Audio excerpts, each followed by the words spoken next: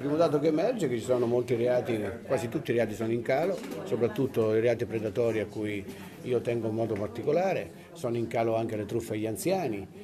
sono in calo le rapine, quindi sicuramente dati confortanti che però comunque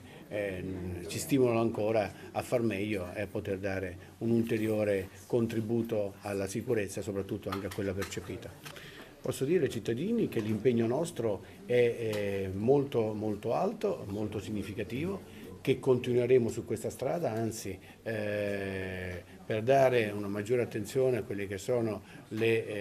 soprattutto quella che è la sicurezza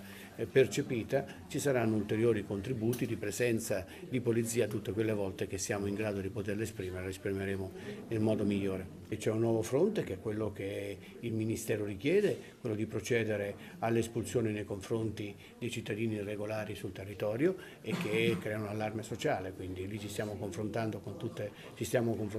lavorando con tutte le altre forze di polizia, quindi con i colleghi, per questa indicazione che ci viene dal nostro Ministero e dal